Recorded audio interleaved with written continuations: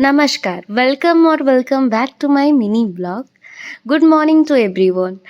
ଆଜି ସକାଳୁ ଟିକେ ଶୀଘ୍ର ଅଫିସରେ ପହଞ୍ଚି ଗଲି କିନ୍ତୁ ସେତେବେଳେ କେହି ବି ଆସିନଥିଲେ। କାମ ଆରମ୍ଭ କରିବା ପୂର୍ବରୁ ସକାଳୁ ସକାଳୁ ଗୋଟେ କାଣ୍ଡ ବି କରିଦେଇଛି। I forgot my password. ସତରେ ପାସୱାର୍ଡ କିଏ ଭୁଲିଯାଏ କିନ୍ତୁ ମୁଁ ଭୁଲିଯାଏ। ତାପରେ ଲଗ୍ଇନ୍ କରିକି ସିଧା କାମ ଆରମ୍ଭ କରିଦେଲି। ଆଜି ବହୁତ ସାରା କ୍ୟାଣ୍ଡିଡେଟଙ୍କ ପାଇଁ ଜେଡି ରେଡି କରିବାର ଥିଲା, ତା ସହିତ ହାୟରିଂ ବି କରିବାର ଥିଲା। ୱାର୍କଲୋଡ୍ ୱାଜ୍ କ୍ରେଜି ଟୁଡେ, ତେଣୁ ଭିଡ଼ିଓ ସୁଟ୍ କରିବାକୁ ମଧ୍ୟ ଭୁଲିଗଲି। ଦେଖୁ ଦେଖୁ 2ଟା ବାଜିଗଲା। ସମସ୍ତେ ଲଞ୍ଚକୁ ଯାଇଥିଲେ ଆଉ ମୁଁ ଏଯାଏଁ କାମରେ ବ୍ୟସ୍ତ।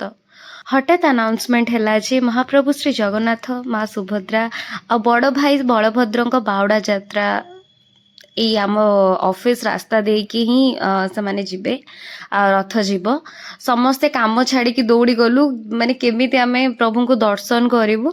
ମାନେ ପୁରୀ ଯିବାଟା ତ ସମ୍ଭବ ହେଇପାରୁନି ସମସ୍ତଙ୍କ ପକ୍ଷେ, କାହିଁକି ନା ସିଏ ତ ଜଗତର ନାଥ ଜଗନ୍ନାଥ।